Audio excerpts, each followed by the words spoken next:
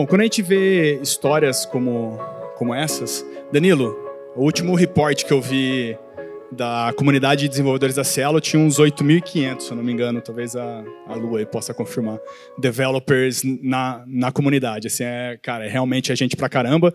E na Cielo Liu, né, tem muitos aplicativos já criados nesse ecossistema que rodam de forma integrada. Assim, é uma história bem legal.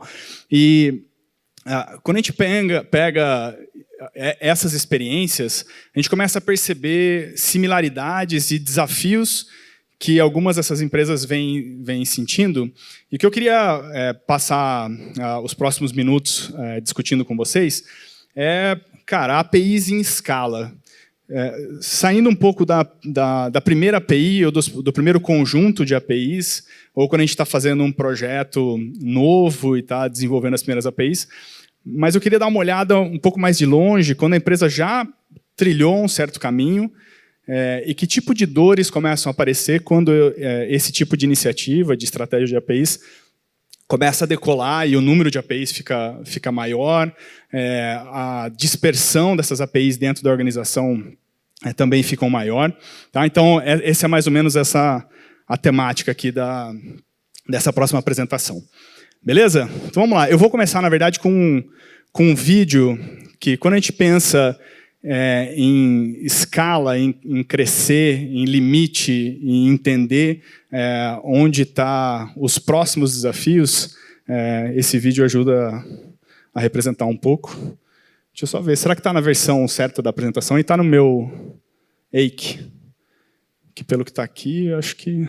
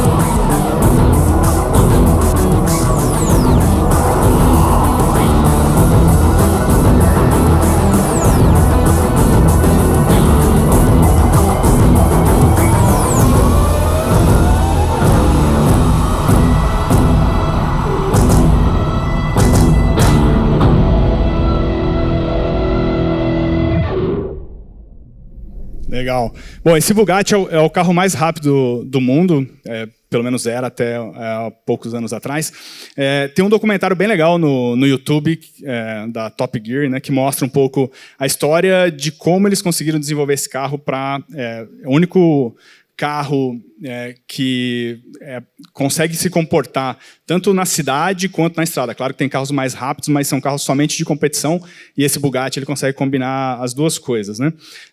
Mas quando, no desenvolvimento desse carro, ele chegou a atingir 430 km por hora, tem mais de 1.000 cavalos, vários sistemas foram sendo percebidos como insuficientes para ser capaz de conseguir desenvolver esse carro. Então, o sistema do aerofólio precisava ser capaz de se adaptar com muita sensibilidade a qualquer imperfeição da pista. O pneu precisou ser repensado para ser capaz de conseguir suportar qualquer tipo de curva. A transmissão, bateria, então vários sistemas precisaram ser repensados. E aí, na verdade, o link que eu estava fazendo é um link relacionado à arquitetura, né? Não necessariamente o que trouxe as empresas até aqui é o que vai ser capaz de levar as empresas para o próximo patamar, né? E quando a gente começa a ver esse tipo de desafio, a gente vê que, e eu queria ser capaz de explorar, não só o aspecto técnico de quando a gente começa a escalar as APIs, mas também outras duas dimensões. Eu queria pegar aqui um pouco da dimensão de negócio, tecnologia, com certeza, E uma outra dimensão que várias pessoas falam, mas que na prática é bastante difícil de tangibilizar. E eu queria ser capaz de conseguir tangibilizar um pouco, que é essa dimensão de culturas e pessoas. Então, a gente fez uma coletânea de experiências das nossas convicções versus o que a gente tem visto nos nossos clientes e também nas principais histórias, né, de empresas que conseguiram escalar esse mindset. E aí eu fiz essa coletânea aqui. Bom, mas além dessas 3 dimensões, eu tentei separar um pouco em 2 lentes diferentes. Porque aqui a gente estava falando, por exemplo, de APIs abertas, né? Aquelas APIs que são públicas ou que quem consome essas APIs é um parceiro externo. Mas tem também um oceano de APIs internas que normalmente estão sendo usadas ali para as transformações digitais, para o novo aplicativo, para o novo chatbot, ou várias outras iniciativas digitais que podem estar demandando a criação dessas APIs. Essas são 2 lentes, mas que, na verdade, elas têm um certo blur ali, né? Porque, em algum momento, algumas APIs elas servem para as 2 coisas. A fronteira da organização, na verdade, ela está ficando um pouco mais fluida, né? O que roda dentro, o que roda fora, o que é dentro e o que é fora. Então, assim, mas de qualquer forma eu tentei fazer essa separação para pelo menos, conseguir organizar melhor os pensamentos. E aí eu montei esse quadro. Então vamos pensar aqui, né? Quando a gente está escalando a iniciativa de API, se a gente for pegar nessas 3 dimensões, negócio, tecnologia e cultura e equipes, tanto para a perspectiva de APIs, quando os consumidores, quando o ecossistema que vai usar essas APIs é o ecossistema da própria organização, quanto para as APIs externas, quando o público é um parceiro ou, eventualmente, a gente nem sabe quem. Legal? E aí eu vou preencher... deixa eu ver se eu consigo aqui. Eu vou preencher esses boxinhos até o final da apresentação. Legal? Beleza? Estão comigo? Vamos lá. Bom, vamos pegar primeiro a perspectiva de negócio. Tá? E eu deixei cultura e equipes para o final, propositadamente, que é onde eu quero falar com um pouquinho mais de detalhe aqui. Bom, mas vamos pegar negócio primeiro. Quando a gente vê na perspectiva interna, a gente vê a maior parte das empresas que conseguem escalar a estratégia de APIs, elas serem capazes de conseguir identificar os enablers digitais, né? Então, quais são as iniciativas que a empresa está desenhando e como eu consigo extrair dali de dentro quais são os principais assets que vão eventualmente ser transformados em APIs ali. E como é que dentro da organização, dentro dos projetos, da forma como as aplicações são desenvolvidas, como é que nesse processo as responsabilidades são divididas ali para conseguir ser capaz de identificar isso. E um outro ponto, quando a gente começa a escalar do ponto de vista de uso, né, das estratégias de APIs, a gente já começa a ver empresas com centenas de APIs, né, 300, 400 APIs. A gente começa a ver que, cara, é preciso fazer algum tipo de gerenciamento desse portfólio, né? Quais APIs eu tenho, de que tipo elas são, para quais linhas de negócio, que tipo de produto ela suporta, quem consome essas APIs. Então, tem diversos aspectos relacionados ao gerenciamento desse portfólio de APIs. Tá? Quando a gente vai para a perspectiva de APIs abertas, a gente começa a pensar um pouco nesse conceito do pensar como plataforma, né? Quando a gente pensa nesse conceito de platform thinking, até depois na apresentação, tem uma apresentação do Apix do ano passado, que eu com o Marcílio falamos bem mais sobre essa ideia de plataformização e programabilidade, né? Que bom, as empresas elas estão se posicionando como plataforma. Então, a gente pega cartão Elo, por exemplo, você tem lá uma plataforma, no caso do cartão Elo, aberta, com APIs, onde, eventualmente, alguém vai conseguir construir uma solução nova. Mas, como o Danilo citou, esse ecossistema que potencialmente está criando soluções novas, ele tem o potencial de ser bastante diverso. O Gartner até usa uma frase que eu achei legal, assim, eles chamam esses ecossistemas dos seus frenemies, que o ecossistema pode ter os seus friends, como também pode ter os seus enemies. e como é que você vai definir a governança, o que é aprovado, o que não é.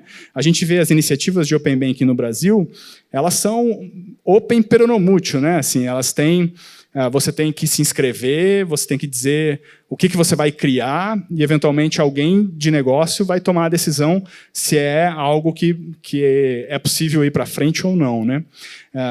Mas quando a gente pensa em ecossistema e nas empresas que têm maior sucesso com isso, a gente vê que é um caminho extremamente importante de ser percorrido, tá? E requer uma mudança de pensamento mesmo, tá? Bom, além disso, a gente vê algumas linhas pensando em, cara, como é que eu monetizo as APIs?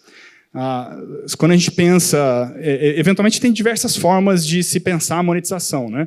Ela pode ser o Twilio, por exemplo, né, vai fazer a apresentação depois aqui, é uma empresa que se construiu através da venda de APIs, né?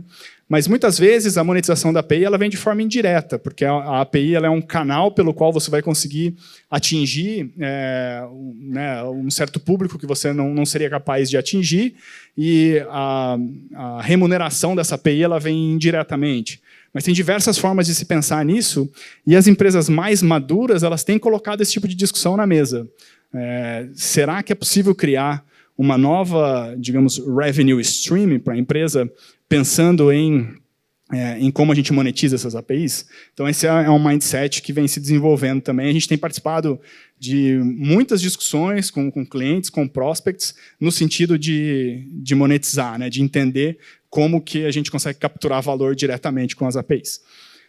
Bom, beleza. Preenchemos aqui a primeira linha da apresentação. Então, a gente, do ponto de vista de negócio, perspectiva externa, pensamento como plataforma e ecossistemas, e a parte de monetização. Na perspectiva interna, a gente tem a capacidade de identificar esses enablers, né, e conseguir fazer um gerenciamento mais integrado do portfólio de APIs.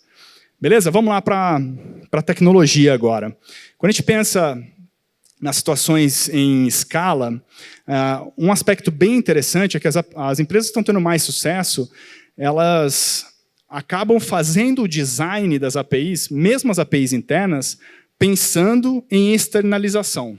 Ou seja, ela é interna hoje, mas, cara, amanhã eu não sei se quem vai consumir essa API vai continuar sendo o meu app, ou se quem vai consumir essa API vai ser a aplicação de um parceiro, vai ser um canal novo, vai ser, eventualmente, quem eu ainda nem sei. Então, esse mindset traz algumas coisas como API First Design, né? A gente fazer o design pensando na API antes. Você não construir uma API a partir do seu banco de dados, por exemplo. Tem muitas ferramentas, a Sensidia tem ferramental para você, pega uma tabela, você dá next, ela gera um RESTful API bonitinha para você. Será que é isso que a empresa precisa? Claro que isso traz velocidade, mas não necessariamente o design do que está no banco de dados lá é o design que vai atender um parceiro externo. Talvez ele atenda bem a sua aplicação interna, mas você vai expor os seus code CLI, os nomes das suas colunas esquisitas para um parceiro externo, assim, vai ser provavelmente bem estranho e bem difícil de entender. Então, esse é um ponto importante. E aí, quando a gente pensa em arquitetura e Lean, a gente viu muita discussão, assim, diariamente vocês são bombardeados com isso, e provavelmente a grande maioria das empresas de vocês já trabalham com o conceito de agilidade, então você tem, né, Scrum, squads, times multifuncionais, com uma missão definida. E a gente vê que muitas vezes esse tipo de mindset acaba colocando de lado um pouco o pensamento, né, na arquitetura. E aí o que acaba acontecendo é você entrega software muito rápido, você entrega eventualmente valor muito rápido, entretanto você adiciona débito técnico também de forma muito rápida. E quando a gente vê ao longo do tempo, o débito técnico, e aí o que é o legado, né? Legado é o que estava aqui antes de eu chegar, o legado é o que a gente acabou de entregar, cada empresa tem uma definição diferente de legado, mas assim, quando você vai andando e você vai construindo esse legado, você vai introduzindo débitos técnicos, e como é que você vai conseguir sobreviver e garantir um alinhamento melhor no futuro, sendo que esse débito técnico está sendo tão presente nos projetos. Então, o que a gente tem visto é que tem as empresas de mais sucesso no uso de APIs em escala, ela é capaz de conseguir combinar melhor o pensamento de arquitetura, de design dessas APIs com as dinâmicas ágeis. Tá?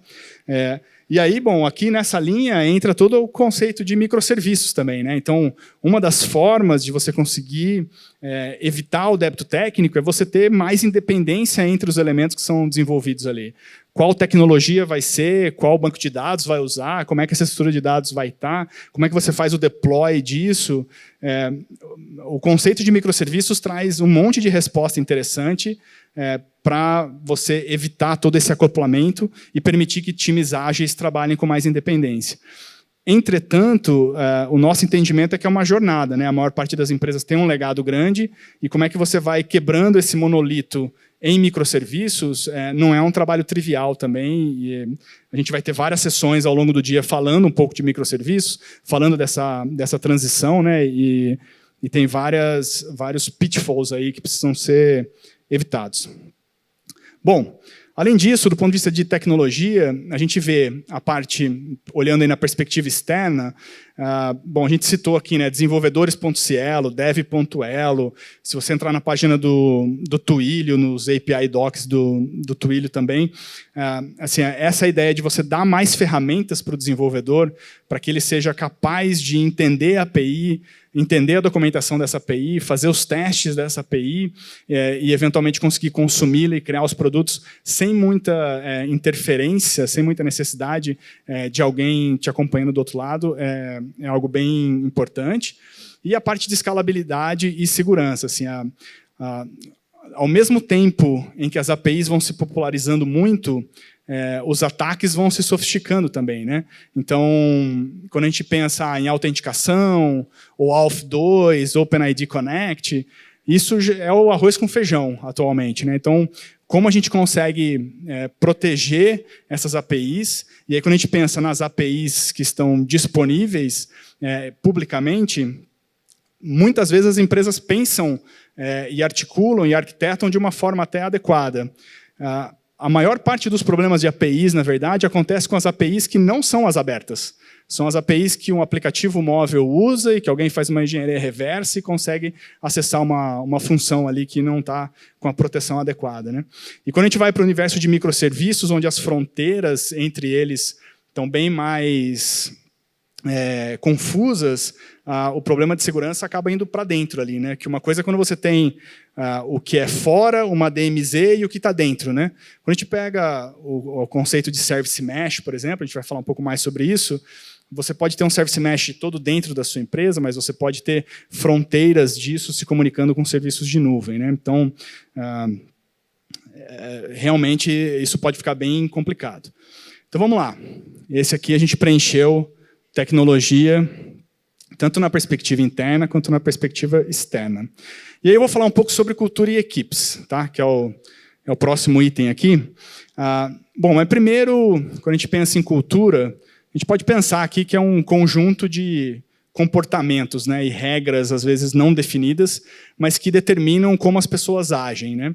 E tem até uma pesquisa do Gartner que aponta desafios culturais como a barreira número 1 para a transformação digital, e apenas 31%, né, ou menos de um terço, dos chefes de RH acreditam que eles têm a cultura adequada para os próximos desafios, né?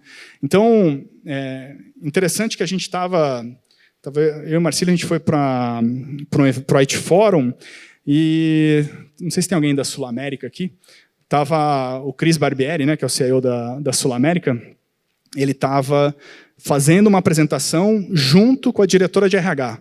Porque, segundo ele, assim, ele não consegue promover transformação nenhuma na empresa se a pessoa de RH não conseguir comprar a ideia de como é que montam essas squads, como é que você reconhece as pessoas, como é que você aceita erros.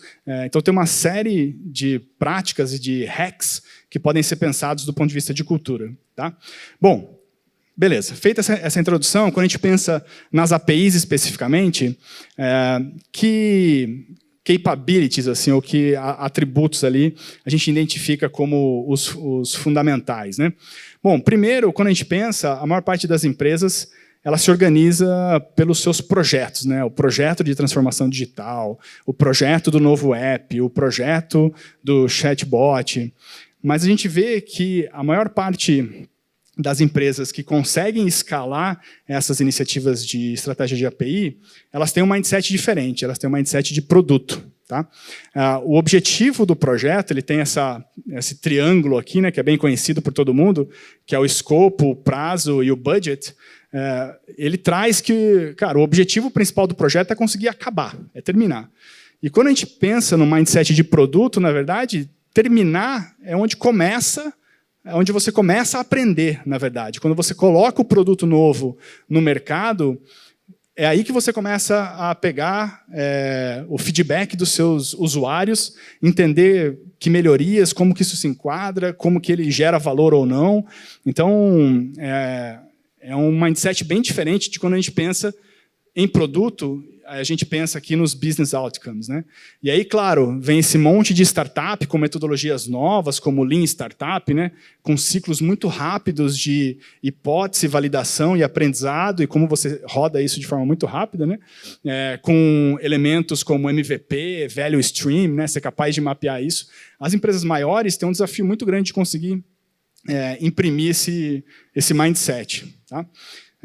E aí, quando a gente pensa em mudanças, cara, quem é gerente de projeto aqui provavelmente tem uma planilha lá de solicitação de mudança, cara, cada mudança tem um custo, isso normalmente os gerentes de projeto buscam evitar, né?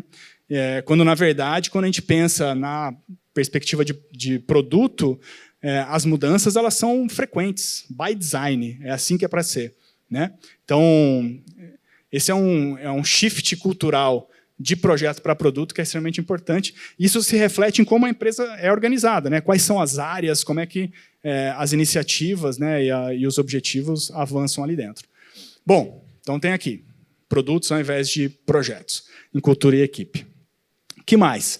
Bom, se a gente está pensando em produto, a gente está acostumado com o Project Manager, mas aqui a gente tem o Product Manager.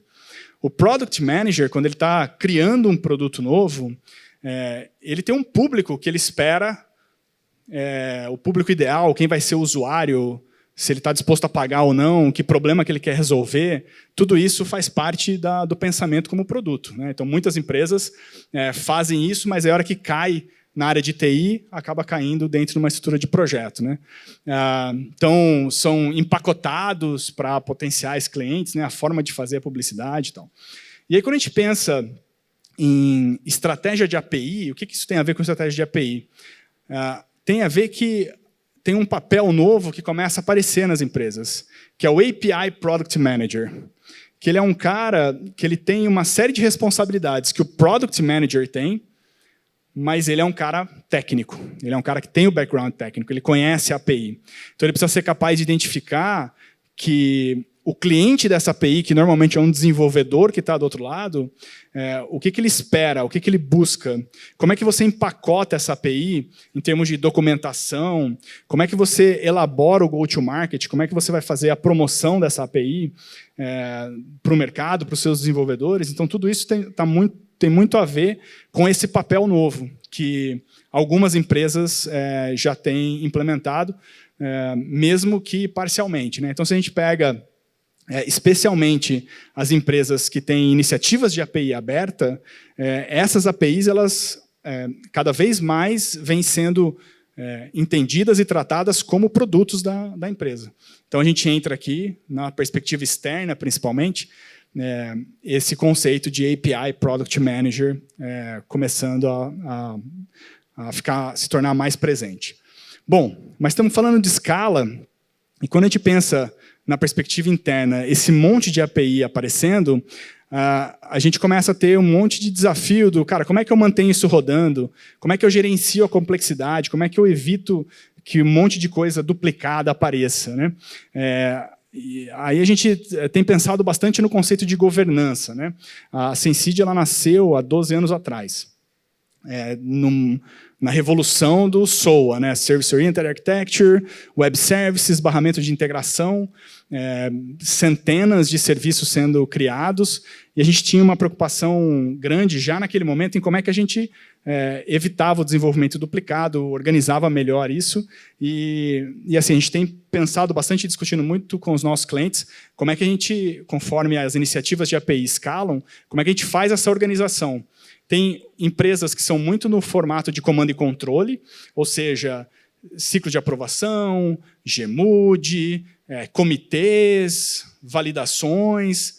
Tem empresas que são muito mais autônomas, que é CI/CD, Jenkins, comitado, tudo testes automatizados. Então, e muitas vezes, dentro de uma mesma empresa, você vivencia realidades diferentes dependendo da line of business, né, dependendo da área da empresa ali.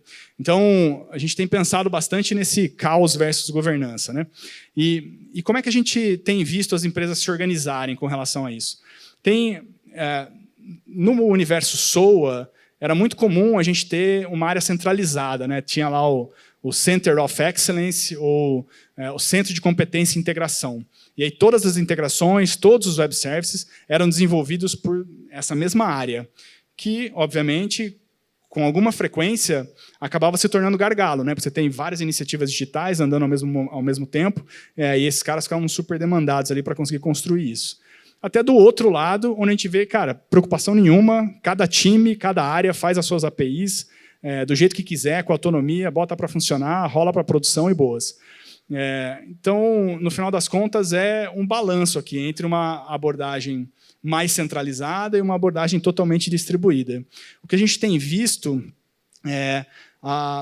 os lugares onde tem acontecido, onde a preocupação de governança tem sido inserida com mais sucesso, é onde a gente tem uma linha mais descentralizada, aqui que a gente tem chamado de governança federada, onde a gente tem as business units com pessoas capacitadas, né, capazes de fazer o design dessas APIs, capazes de pensar em como essas APIs vão ser levadas para o mercado, mas com alguma coordenação centralizada. Muitas vezes com esses mesmos caras aqui, esse mesmo API Product Manager, ele participa também dessa comunidade de prática, ou um chapter, né, se a gente for pensar aqui na nomenclatura mais Spotify, e formas de conseguir manter padronização, nomenclatura, então o estilo de design das APIs, a forma de fazer versionamento dessas APIs, a maneira de catalogar essas APIs. Então, tudo isso, esses padrões, essas boas práticas sendo definidas, mas cada BU, né, cada linha de negócio, cada iniciativa digital, cada equipe de produto, quando for o caso, Product Division aqui, cada uma tem autonomia para efetivamente criar suas próprias APIs, né? Bom, colocamos aqui mais um. E aí o último item aqui, que eu falei um pouco, né, mas eu trouxe só mais uns exemplos, que é a parte do Developer Experience. Então, a gente fala muito de User Experience, e aqui a gente está falando de Developer Experience, que é qual que é a experiência que o desenvolvedor vai ter consumindo as APIs. E eu trouxe dois sites de developers, né, que eu gosto bastante, que vão estar aqui durante o dia, então vocês podem procurar, que é a galera do Twilio, então está aqui, esse é o site de developers com a documentação do Twilio, e tem outra, que é da própria Elo, que tem um site de developers bem legal também, que buscou fazer a comunicação com foco no desenvolvedor. Então, cara, o canal de atendimento, as dúvidas, Stack Overflow, Git, então foi numa linha bem focada no público desenvolvedor mesmo. Tá? Então, esse foco no cliente, e quando a gente pensa que o cliente, nesse caso, é um desenvolvedor, faz parte desse pensamento como produto, faz parte desse mindset de que a API é um produto e eu preciso de um API Product Manager. Legal? Então, se a gente olhar aqui, esse é o quadro preenchido, tá? E como a gente tem visto que as empresas que têm conseguido escalar suas iniciativas de API, essas são competências que têm aflorado com mais frequência nessas empresas. Legal? Dúvidas? Marcílio, sobe aqui. Vamos aproveitar. Estava pegando o microfone aqui. Opa, beleza. Bom, a gente quer aproveitar a oportunidade e contar algumas novidades sobre a Sensidia também. O Marcílio já falou um pouco, a Sensidia é uma empresa focada em APIs, a gente tem uma plataforma de gerenciamento de APIs e uma série de serviços relacionados a todo o ciclo de vida das APIs. A gente se diferencia por ser totalmente focado nisso, né? Isso é tudo que a gente faz. Tá? Vou passar mais rápido aqui.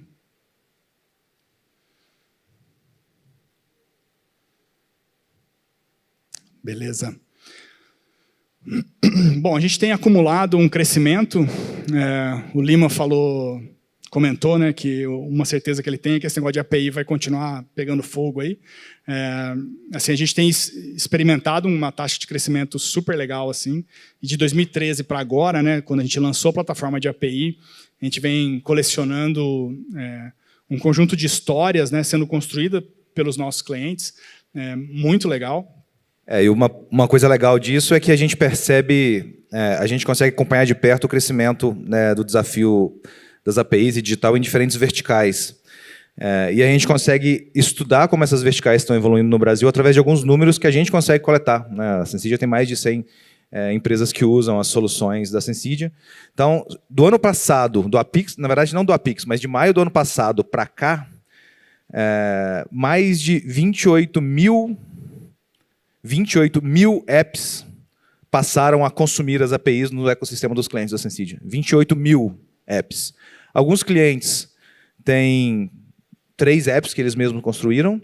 Alguns clientes têm um ecossistema de 3 mil apps, que são marketplaces. Então, tem mais de 28 mil apps que estão gerando esse universo de aplicativos girando em torno das APIs.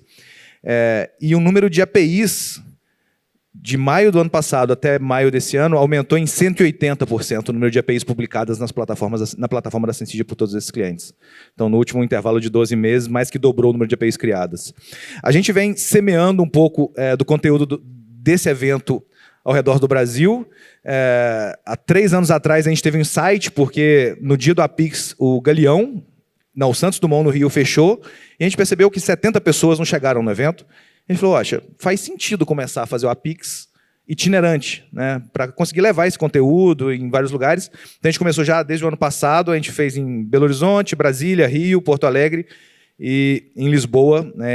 A gente fez já o Apix, que a gente chama de Apix Stories, que não é uma apresentação da Sensidia, a gente chama empresas locais ou, né, de outras regiões do Brasil, mas empresas para contar, né, as histórias. Então, por exemplo, tem uma foto de Belo Horizonte, foi Localiza, Netshoes apresentando lá. E aí, com orgulho, a gente compartilha também que a Sensidia começou a colecionar alguns clientes internacionais e a gente também expandiu nossa operação. Oficialmente, agora a gente tem sedes em diferentes países, né? A Sensidia já tem uma sede agora em Londres. A gente está ampliando o nosso horizonte de atuação. A gente acredita que o que a gente está fazendo realmente é um negócio bem relevante sob o ponto de vista de tecnologia mundial. Londres tem um mercado de payments, de seguros muito forte, é uma vertical que a gente acredita no crescimento, então a gente está trabalhando lá. A gente tem escritório em Lisboa e alguns clientes, inclusive que estão aqui da América Latina, pessoal, Peru, Colômbia, bienvenidos. Então, é mais para compartilhar com vocês que a gente está crescendo no sonho grande aí, de fato. Bom, e na verdade, na sexta-feira, né, a gente abriu a UK Entity. Então, a Sensidia oficialmente tem uma subsidiária na Europa. Isso, assim, é uma empresa brasileira, né, trilhando esse caminho num cenário de core tech, né, que é o que a gente trabalha, é bem incomum e nos enche de orgulho aí. Bom, seguindo aqui, eu queria falar rapidinho sobre algumas das tendências relacionadas a APIs, né?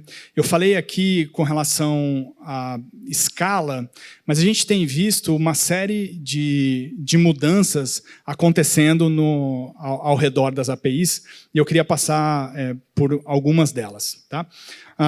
A primeira é um pouco desse pensamento orientado a eventos. A gente tem visto, por demanda de vários clientes, para questões de assincronicidade, de escalabilidade, o pensamento ao redor de event-driven está começando a aflorar e aparecer com mais frequência. Então, quando você tem um certo evento, um pagamento acontece, eventualmente, no ecossistema da empresa, ela pode ter dezenas de experiências, às vezes centenas de parceiros externos pendurados nesse evento, e quando isso acontece, ele é capaz de capturar dentro do conceito de publisher-subscriber, né? Então, isso tem começado a ficar bem mais comum.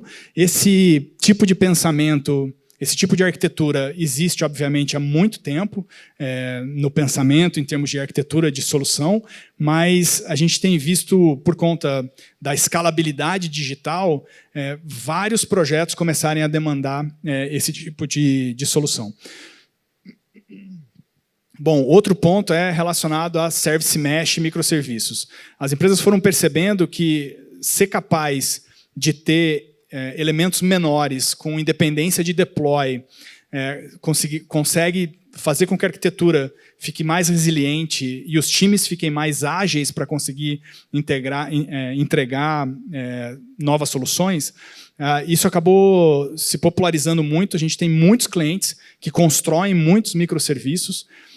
Entretanto, e aí assim, microserviço por si só tem tem muitas variações, né? Às vezes você tem um monolito, você faz uma camada de API na frente, você chama aquilo de um microserviço.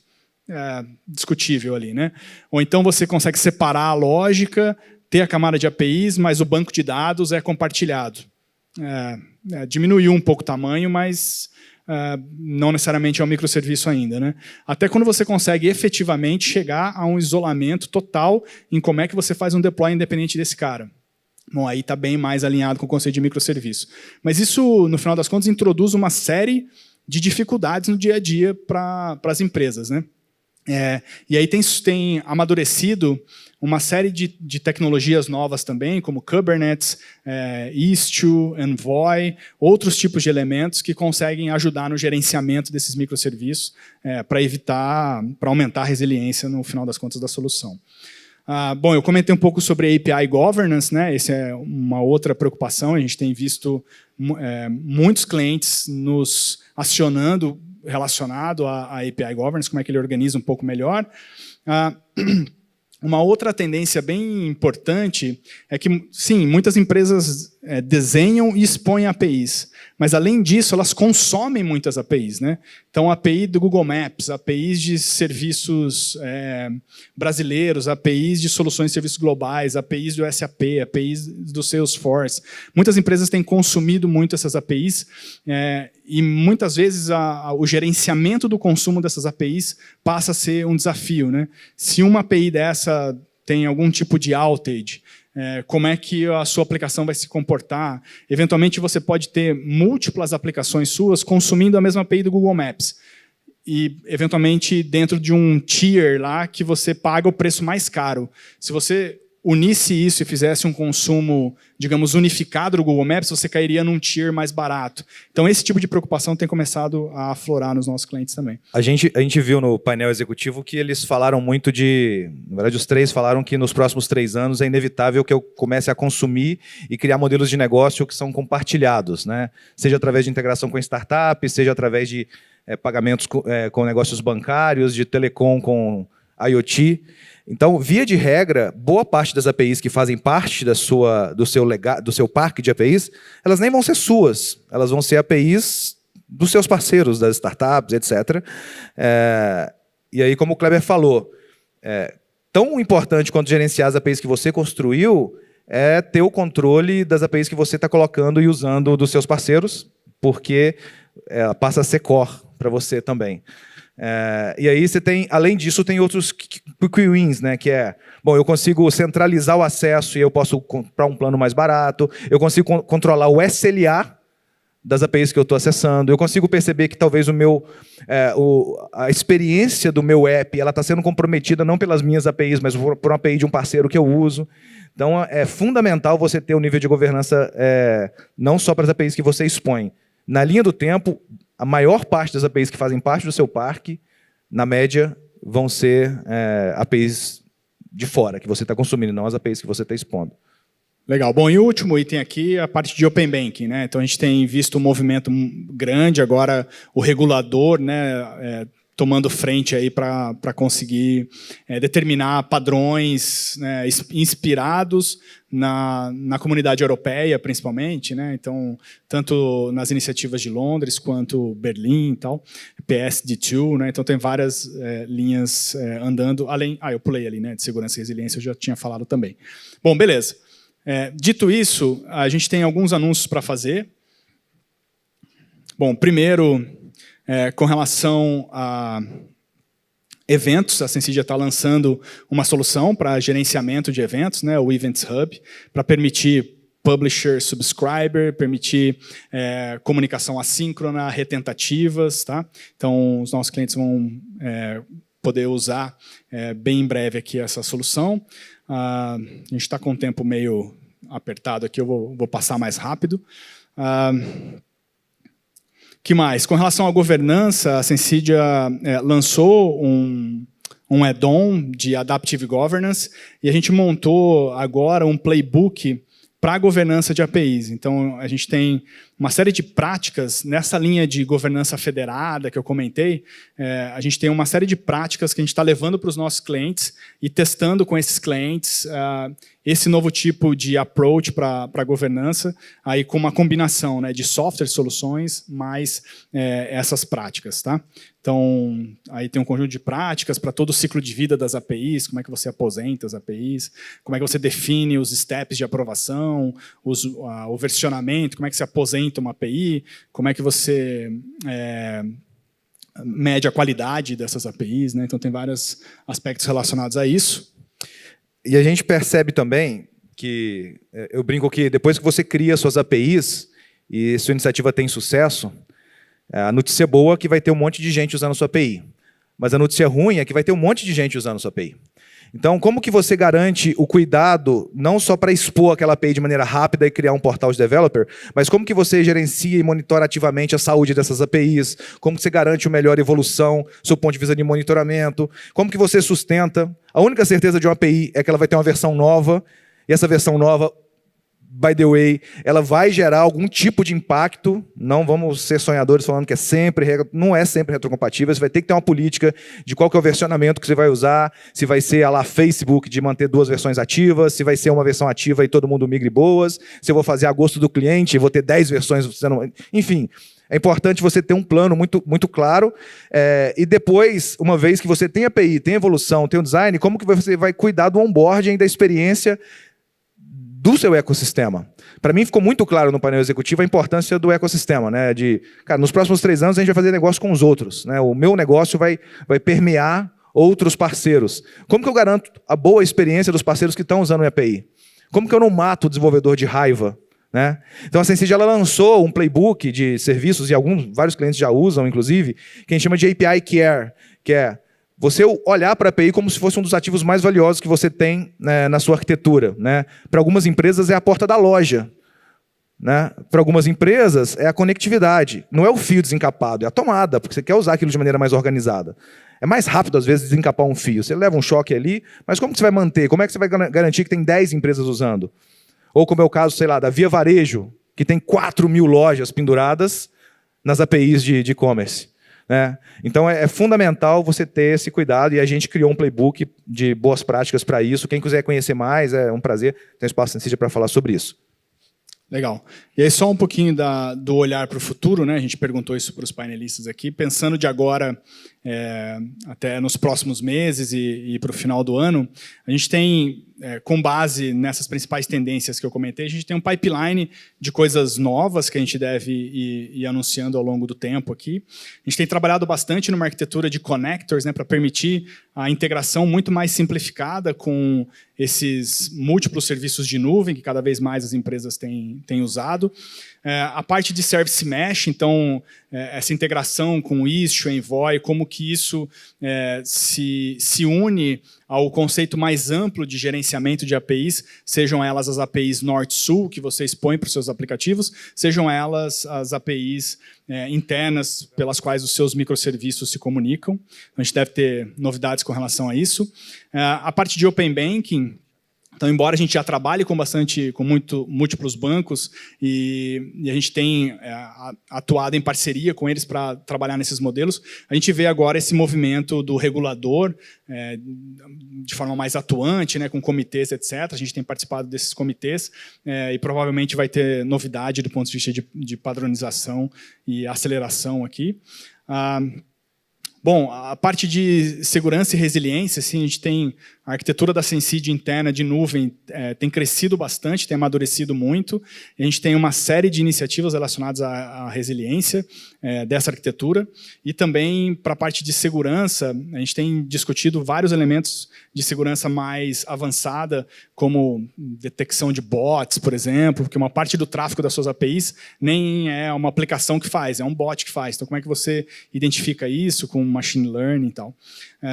E, do ponto de vista de disponibilidade também, a parte de permitir que os nossos clientes criem mais alertas inteligentes que consigam perceber variação do tráfego que as APIs estão recebendo. Então, esses são elementos que estão em desenvolvimento dentro da Sensid. A gente espera ter novidades em breve.